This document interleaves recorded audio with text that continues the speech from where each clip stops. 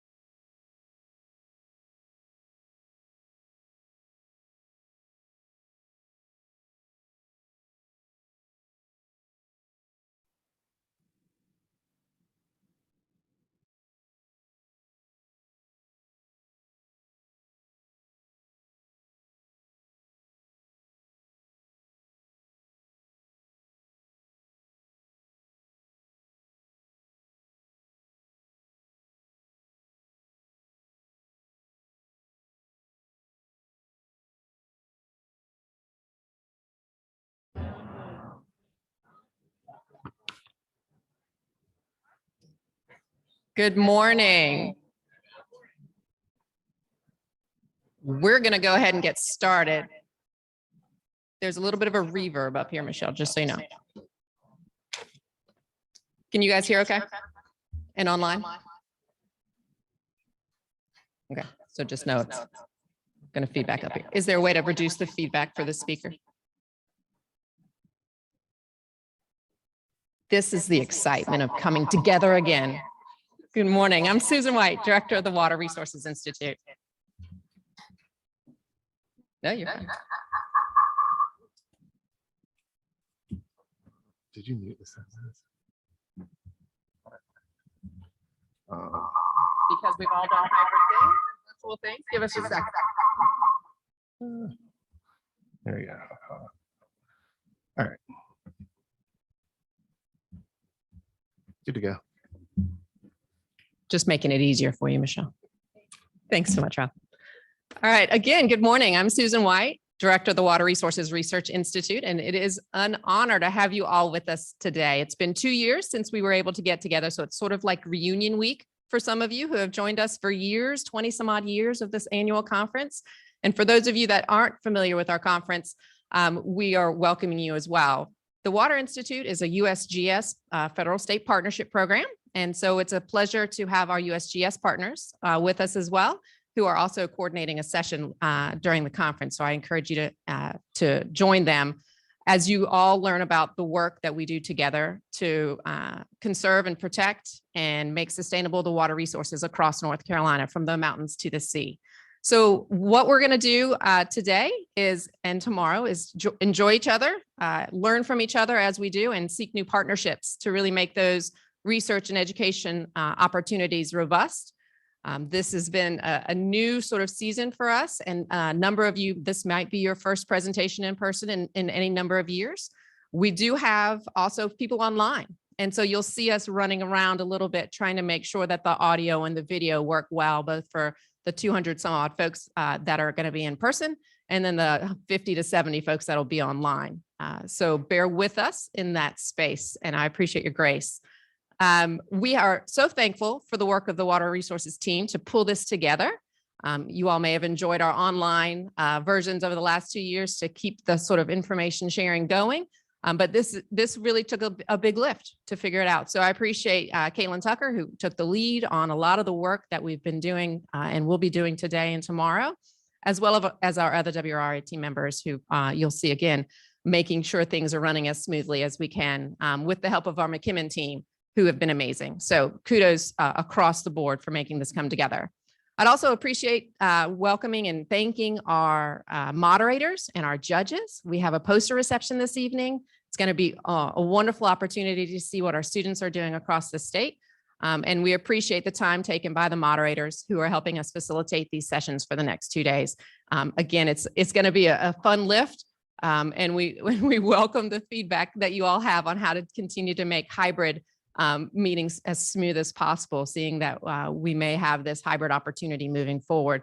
And there's good reason to do hybrid meetings, right? It allows for engagement across the state for folks that may not have the ability to travel quite as easily. So the moderators and the judges, we appreciate the work that you all will be doing for us in the next 2 days.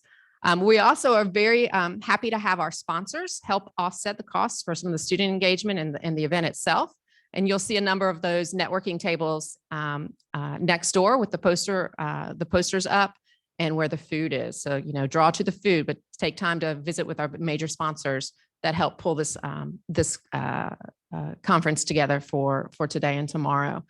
I will note there are PDHs and CEUs available. Make sure you follow that path if you are looking for those credits for your industry and certifications.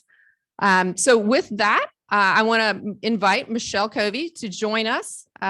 Michelle is the Coastal Resilience Department of Defense liaison with the University of Georgia's Marine Extension and Georgia Sea Grant. She works regularly in the Southeast to connect Sea Grant programs with military community coastal resilience projects through a partnership with SURPASS, which is possibly the longest acronym, the Southeast Regional Partnership for Planning and Sustainability. And then nationally, she works with the Department of Defense Readiness and Environmental Protection Integration Program. Previously, Michelle led the research and outreach teams as a Virginia Sea Grant Extension partner at Old Dominion University in Norfolk. And she completed her PhD in Coastal Resources Management at ECU, focusing on sea level risk, communication and policy, and coordinating outreach for a coastal hazards center. She also has a master's degree in marine science from the University of Georgia, where she studied salt marsh ecology. And she will be talking to us about some of her new work and her returning work. And we welcome her to the podium. Thank you, Michelle.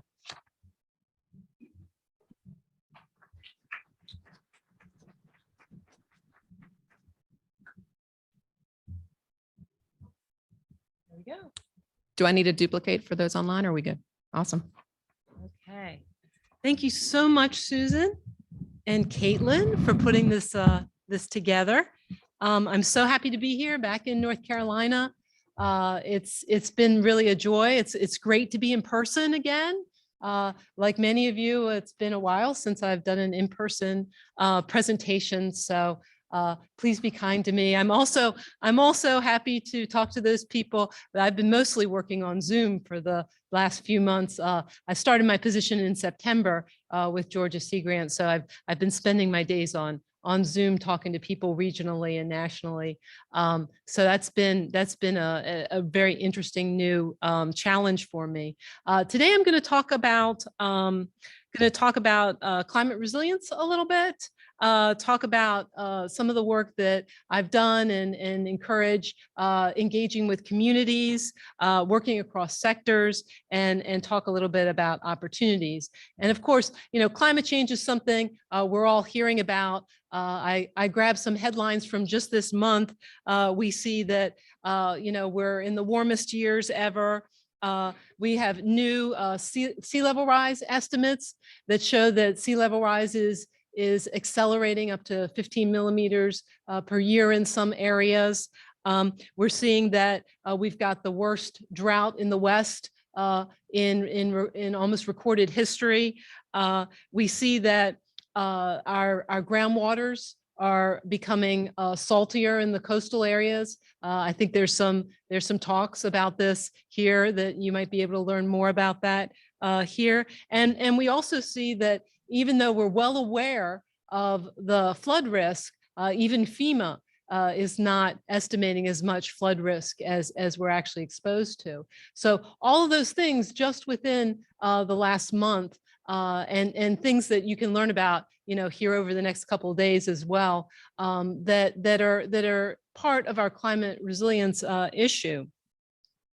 And being back here reminds me of the first time I was in the McKimmon Center, which was in 2010, which was a climate meeting. And this was as part of my work with the Outreach Center at East Carolina University. I was part of the support team for Ask the Climate Question. And this was really a very early effort among all the states to really confront climate change. You know, here North Carolina was way ahead and came up with a sort of a framework in 2012, but also hit some rough waters. And this came up in some of my dissertation work, where sea level rise wasn't quite as accepted in the policy arena. But we came back in North Carolina.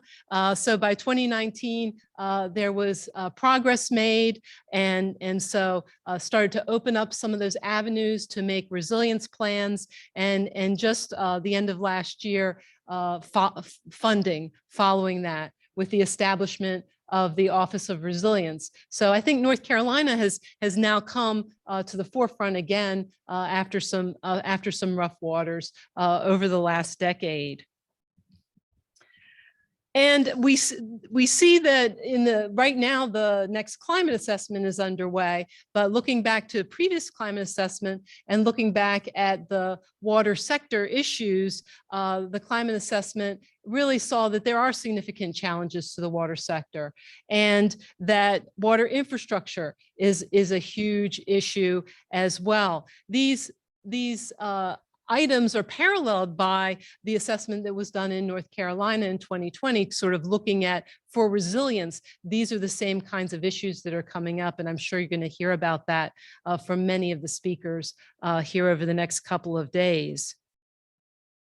Now, things have also changed in people's attitudes over that time frame. The Yale Climate Communication Center has been actually tracking people's communications attitudes as part of what they are looking in audience segmentation, trying to help guide people in how to talk to these different sectors. And they call it global warming. I know that's an old term. They started out with that term in 2008. They kind of have to stick with it because it's a social science experiment, and it's a longitudinal study. So they're using the same terminology and talking to people, trying to see how their attitudes are changing. So they came up with these 6 categories of people looking at climate, from the alarmed, which are the folks that are most concerned and want some action, all the way down to the folks that are dismissive, that may believe in things like conspiracy theories and so forth, having to do with climate change. And some of the research that they've done has shown that both at the top and the bottom are some of the most educated people on the issue. In the middle, the disengaged are the ones that kind of aren't really sure, you know, don't really care. But something has changed. They've been doing these studies since 2008. So this is an animation. Yeah, there we go. That shows, you know, how those sectors have changed according to their surveys that they've been doing yearly or every other year. And they found in the last couple of years, alarmed has now become the largest sector, 33% of the population, with concerned also being that very significant group. And then the dismissive, the disengaged, all of those have less of the population. And what this has meant is that it's hard for folks to deny climate change as an issue. What that denial has moved to has been more of a process of delay. In fact, just last month, the White House had a climate scientist roundtable talking about confronting this delayism and some of the delaying tactics. And this cartoon is from an international study looking at delayism, and actually found 12 different styles. This was just one of them. I didn't want to overwhelm you with cartoons, but there's so many ways that people are trying to, that you have to confront that when you're talking about climate resilience. But we are moving on towards a resilience a more resilient climate. And 5 or 6 years ago, what we termed resilience is sort of this bounce forward. Like, can we take when we have an impact, and can we push ourselves forward so that we come back to a state that's more resilient than ever before? And this is the definition from the 2020 plan from North Carolina. But how do we get to that climate resilience? And these steps, sort of looking at what is happening, what matters most to people, how do we prioritize our strategies, what can we do, how can we implement those strategies, and then kind of iterating back, like how's it going, moderating those strategies. You'll see topics on all of these areas: the research, the implementation, and very importantly, the engagement with the communities. You'll see that engagement as sort of that hub in the center, as moving all of those processes forward are so important. And we have to innovate within each of those areas. So I thought I'd talk a little bit about engaging with communities and some of the work that I've done and also others have done working with community engagement.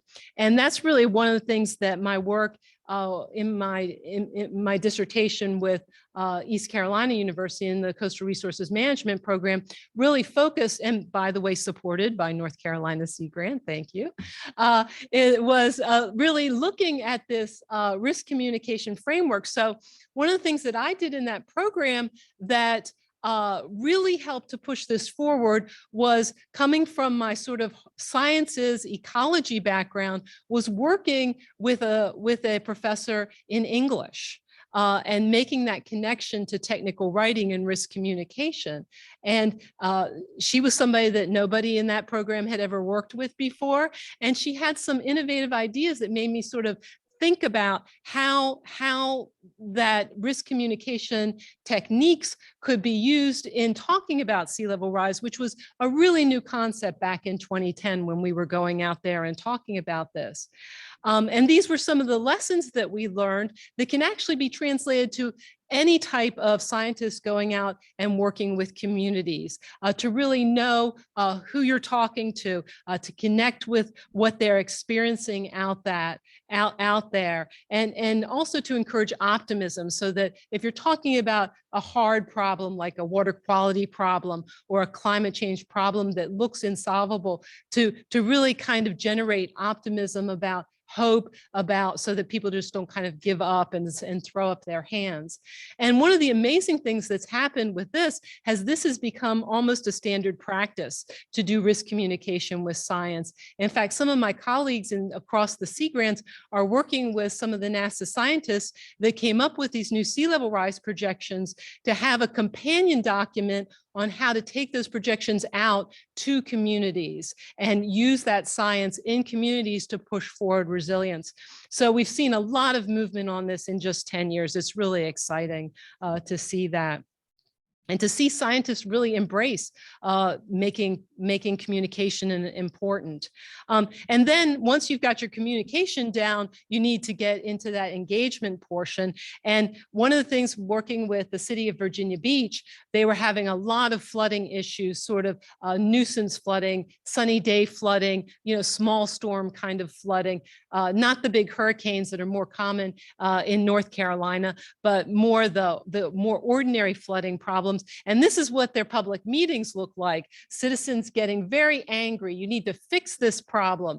And so they came to us when I was working with ODU and Virginia Sea Grant and said, do you have some ways that we can maybe work on this and figure out a different way to do this so that we don't have that same, there we go. So we don't have that same problem. And what we wanted to do from the point of view of looking at research was we wanted to make it a co-production of knowledge idea. So we wanted to talk with those people and learn from them what they were experiencing on the ground. And the approach that we took actually solved both of those problems. One of the things that we did was we experimented with a gamification approach. In other words, we tried to bring them in to an atmosphere that wasn't so hostile as a regular public meeting, but in fact allowed them to interact with information and also give us their opinions. One of the things that City of Virginia Beach was interested in was their tolerance for flooding, like how much flooding on the streets triggers them to be upset about the problem, or are they willing to tolerate? And actually, some of the studies found it's different in different neighborhoods. Some people are hale and hearty and, hey, you know, a little water, we've got the right kind of vehicles, whereas other people are like, I got to get my kids to school and I can't drive through something that's dangerous. So there's all kinds of different opinions there, and we wanted to hear those things. And we also wanted to hear where those problems were happening, and that local knowledge, working with those people on the ground, can really give you that local knowledge that you may not be able to find in other ways, especially if you pair it up with sensors and other types of scientific knowledge. You can get a full picture of what's happening up there, happening in a particular area. And I encourage you, that looks on the agenda, it looks like some folks are working with community groups, trying to understand these problems. And I would encourage you to think about that as you think about your research. I also wanted to talk about working across some of the different sectors. When we were working in Virginia Beach, I did want to call out that sometimes you want to work with a single sector.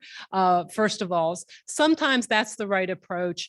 We were working in tourism with some of the oceanfront properties, oceanfront accommodations along Virginia Beach. And there we had to really target them and really go out and talk to them specifically, go to their meetings within that business sector to kind of talk to them about resilience. So sometimes when they're a difficult to reach audience, when you need tailored communication, sometimes you have to go directly to that sector. But they can be part of an effective across the community approach. So working with the City of Virginia Beach, they were able to come up with a very robust, what they call sea level wise adaptation strategy. And the way they were able to do that was really working across their different city departments. So it wasn't just a public works problem and a flooding problem. It was also a Department of their Parks and Recreation problem. It was also, of course, an emergency management problem. It was also a data problem, right? So they would have monthly meetings with all the departments to talk about resilience and to kind of find solutions across all of the different areas. Even the aquarium, which is part of the city, did an education portion of this. So working across those sectors helped them to develop a really robust strategy. They also worked with their consultants. They worked with universities, not just us, also Georgetown Law, the Georgetown Climate Center, and with innovative technology companies as well. So working across all those sectors really helped them to develop one of the best citywide strategies that I've seen in this area. And for about 6 or 8 years, I think this is starting to come back again. COVID had a big impact on the Hampton Roads flooding sea level rise adaptation forum. But from about 2012 to 2019, this was a big cross-sector community of practice that developed and really developed a high level of understanding through quarterly meetings, day-long quarterly meetings, similar to this opportunity to create partnerships, opportunities to put in grant proposals. People met people from military, federal government, but primarily it was local and regional governments working together with universities and private sector to really build a level of expertise. And I recently saw a presentation about some of the activities that have been going on since I was there. And one of the things that the presenter, somebody I didn't know, said was, here in Hampton Roads, we have a high level of knowledge about flooding and sea level rise, and it's really helped us to advance our partnerships. And I would say that this is probably the primary reason that has advanced so much. And then just to bring in some of the work that I'm doing now, the presence of the military. And one of the things that they did in Hampton Roads was one of the first studies with the Navy saying, you know, our community resilience is important for your military readiness. If we can't get on the base, if our families are exposed to flooding, we have to have you, help us meet those kinds of challenges. And so this first joint land use study has now cascaded into a sort of a standard type of review that they're doing in other areas. For instance, Low Country, South Carolina is now doing one of these resilience reviews around the base. Again, this is the community, looking at the community around the base, not necessarily the base itself. There's 3 or 4 of these going on in Florida.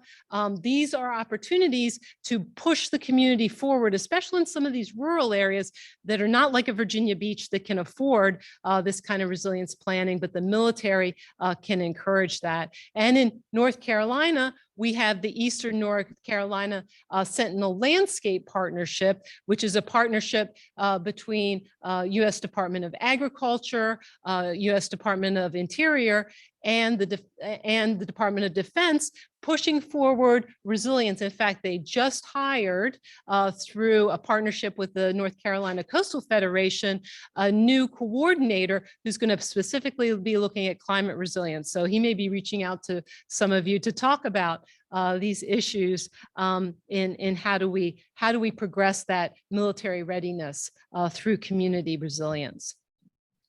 So how are different states doing? Since I worked regionally, this is one of the questions Caitlin asked me, like how is North Carolina doing compared to other states? The North Carolina, of course, Virginia just came up with their Coastal Resilience Master Plan, and North Carolina is right there, actually more at the state level. What Virginia has focused on has mostly been flooding, mostly in the coastal area. Hampton Roads is way ahead, but North Carolina has really gone towards a state approach and a cross-sector approach at the state. South Carolina is trying to come up. They're going to have their resilience plan. They've stood up their resilience office last year. They're supposed to have a resilience plan this year. And then Florida, I think, has probably did the most actually financial investment in resilience. They've got a lot of programs that are progressing resilience across Florida. So North Carolina's got a little competition there, maybe not as well funded as Florida. Okay, I'm going to just take a couple minutes to talk about some opportunities that I see coming up. I know I'm kind of running out of time here, but am I okay? So there's some opportunities coming with the bipartisan infrastructure law. A lot of that money goes towards transportation, but there is significant funding. For instance, the Coastal Resilience Fund, the NIFWIF Coastal Resilience Fund, just came out on Monday with $140 million available for coastal resilience projects. A lot of those are nature-based solution type of projects.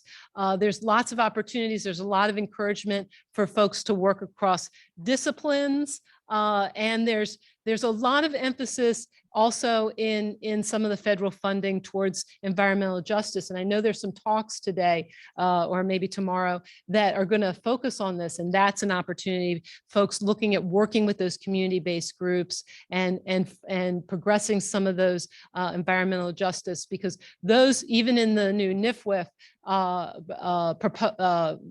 call for proposals, that those underserved areas, reaching those underserved areas has become a real priority within this administration.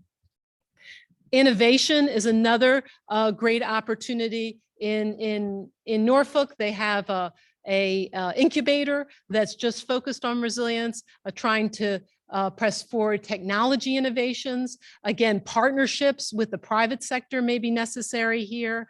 There's a lot of opportunities in working with nature-based infrastructure. Internationally, they're talking about sponge cities. Can we design these cities where the water can be held and maintained and managed in different ways? Some of the cities have been going through things like Dutch dialogues in Charleston and Norfolk to try to redesign the cities so they can accept that water. And finally, I want to emphasize again, this is something Susan said sort of towards the end of her remarks, is partnerships. That is so key as a way to push forward. Those are many opportunities. I think watersheds are a great place where partnerships have to happen. Across states, even Georgia's in this is part of a North Carolina watershed. So there we go. We have to reach out and partner. The partner I work with is Surpass, that is across 6 states. And there's lots of opportunities to partner across 6 states, those departments of natural resources, and lots of federal agencies. But also what's not pictured here in Surpass is NGOs and universities that are definitely, I haven't seen private sector yet, but I think it's coming in. All of those are very much a part of the picture to get to climate resilience. And so I know I rushed a little bit towards the end, but I'm happy to take questions and thank you.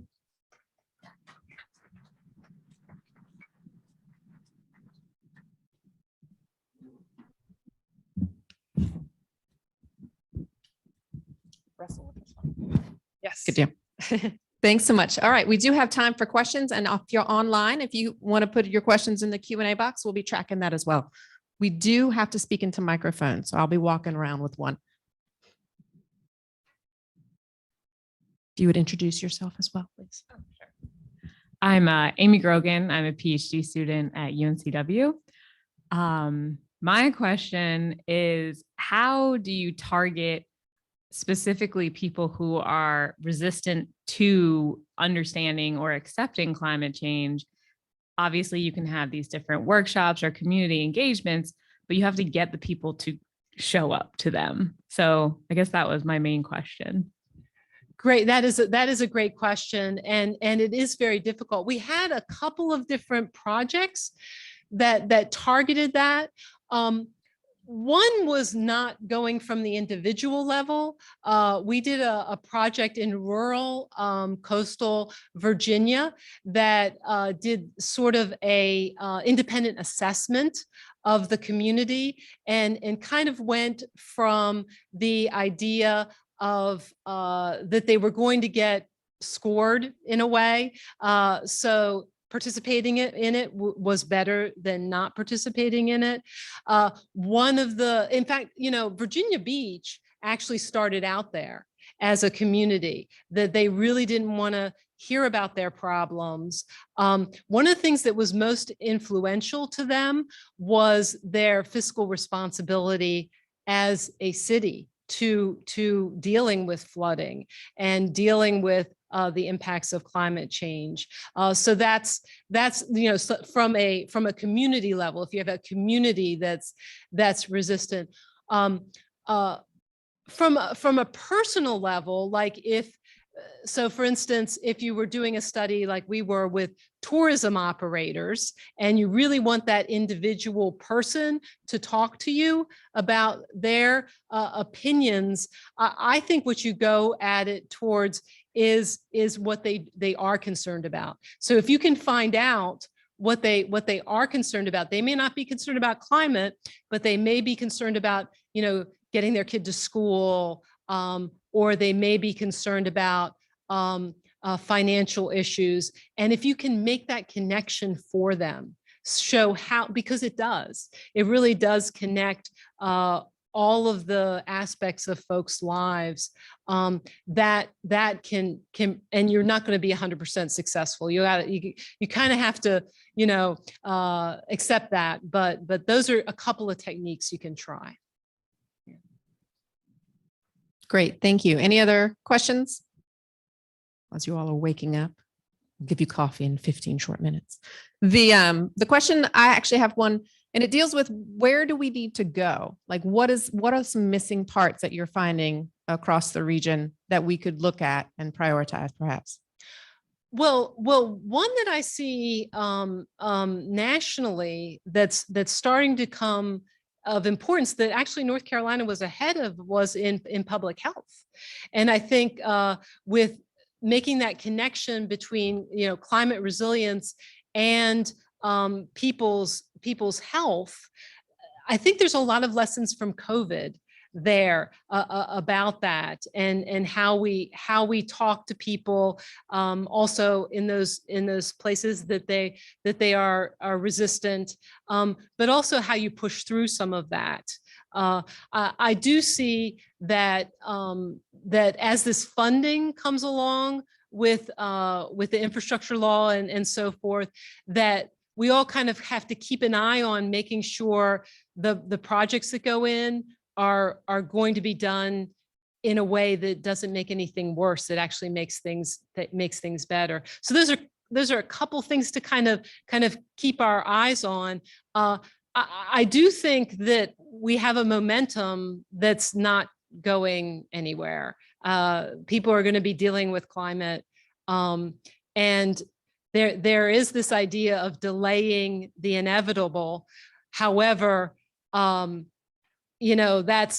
as younger people come up, I think that's going to become more and more urgent, because again, that Yale study shows that younger people are ready for action on some of these issues. So I think you folks that are coming up are going to really be pushing that forward and making sure that climate is part of your picture when you're doing different studies.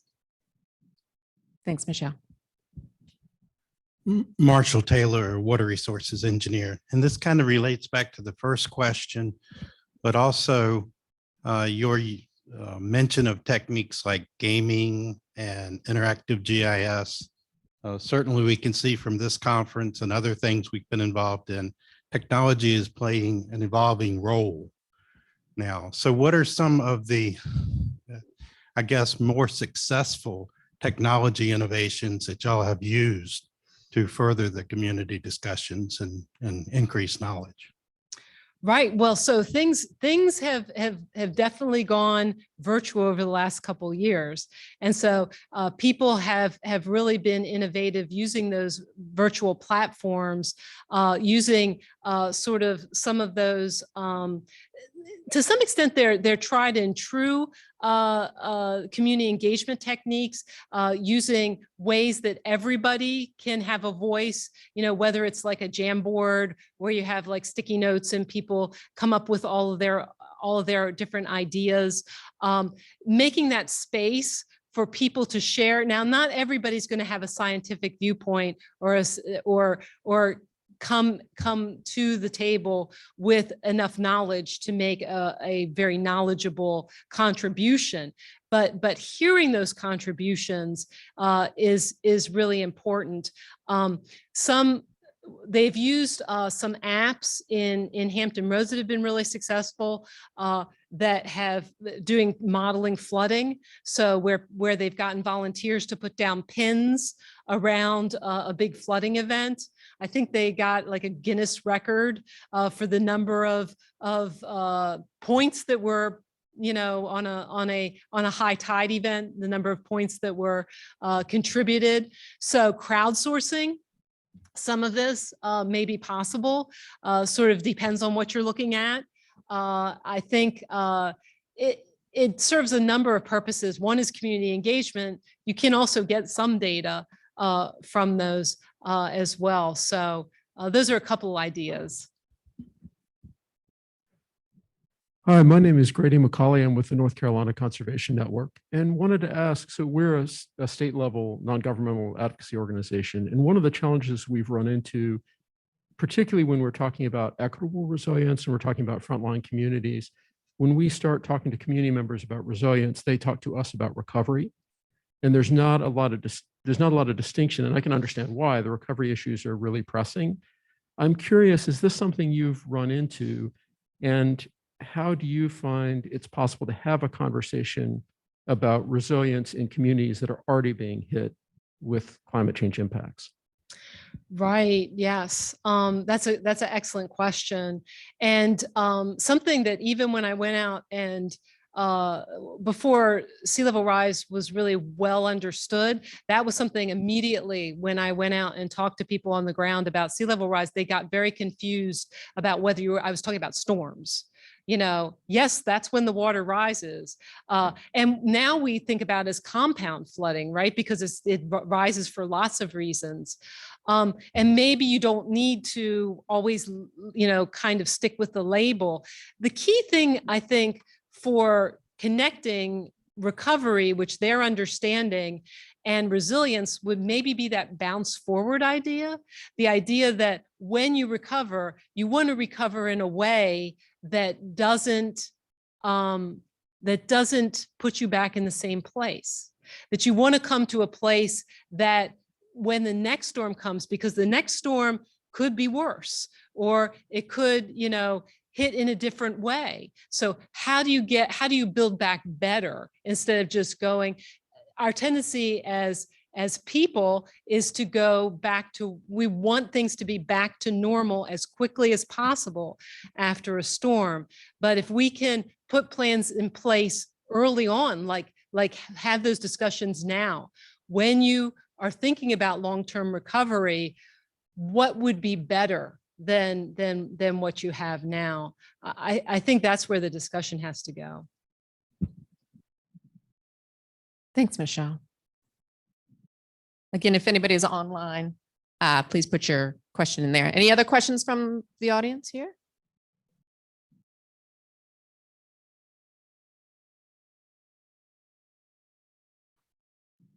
Okay, well, let's give Michelle a great round of applause. We appreciate it. She's going to stick around. And we will let you all go to your networking break, and the food and beverages are just next door. Please plan to be in your next session at 9:45. And we look forward to working with you today and tomorrow. Thanks so much.